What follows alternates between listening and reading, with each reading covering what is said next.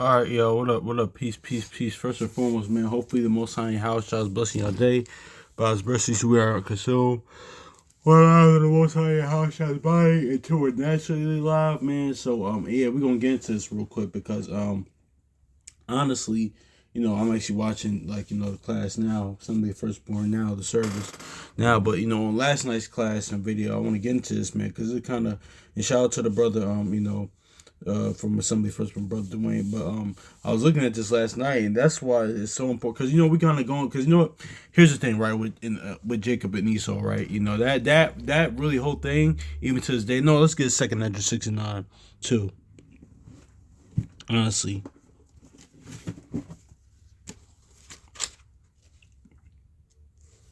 because really this is about overcoming the world. Honestly, that's what really Jacob and Esau was about. Because Esau, I mean Jacob, the son of the promise, and Esau, was pretty much earthly, the world, man, and taking on his heel is overcoming, overcoming the world. It's more than just natural redemption or on the natural side of salvation, man. And shout out to the brothers from Believers of the Way, Razatan, and that whole thing, because they did a beautiful class last night as well about how, overcoming sin and death, honestly, which is the whole point of the word, man, honestly. And seeking one, knowing our God, knowing the Most High Yahushua, and two, having eternal life, having life, more importantly, having life on this side and the next, honestly. So, because what did Yahushua say in Mark chapter 10, verse in Mark 10 on I forgot the verse, but he said, man, you can see benefits in this lifetime and the next. And what are those benefits? Knowing the Most High Yahushua, having the Spirit, the Word in you, honestly, His mercy, His grace, the things of that nature, man.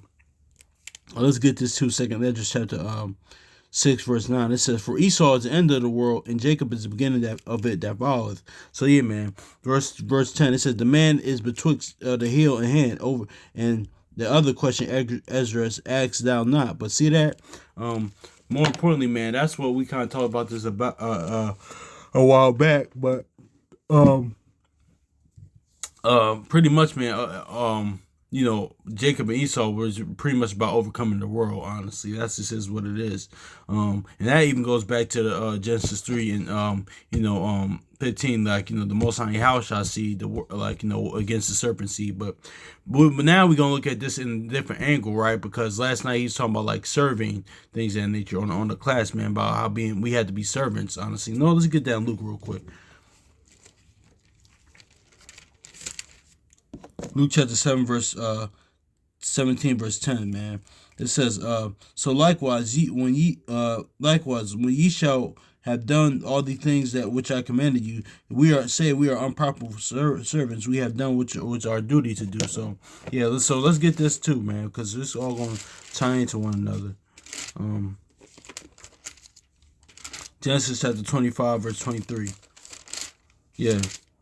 So it says, Genesis chapter 25, verse 23, it says, and the Lord said unto her, two nations are in thy womb, and two manners of people are separated from thy bowels, and the one people shall be stronger than the other people, and the elder shall serve the younger. What's that stronger?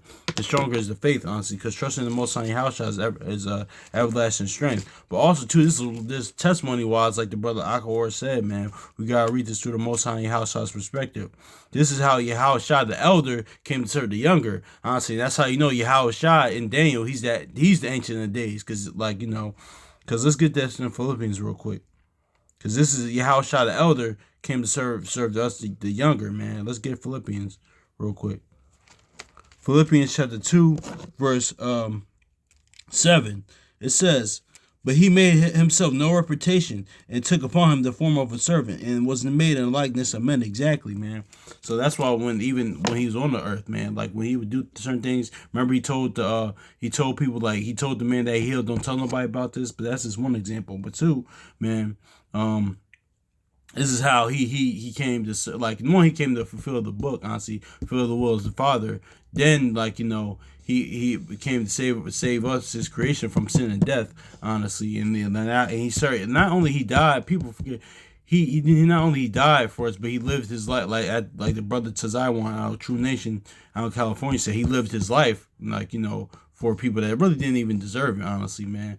So we still don't even deserve it, but that's why I buy his mercies, you American consume. But yeah, we see that it says, but made himself no reputation, and took upon him the form of a servant, and was made in the likeness of men. So see that's how we see that here. Another aspect of Jacob and Esau, the elder shall serve the younger. That's really talking about, like, Yahweh Shai, man. Like, he's the elder, and, like, came to serve the younger. And that's how he's the Ancient of Days. Let's get this in Daniel 7 and verse 9 real quick. Hold on. Daniel 7 verse 9, it says, and I beheld the thrones were cast down, and the Ancient of Days did sit, whose garment was white as snow. The hair of his head was like pure wool. His throne was like a fiery flame, and his wheels burning fire. So see that? That's your house shot, man. That's how he's the Ancient of Days, man. But hopefully it's edifying, man. So peace.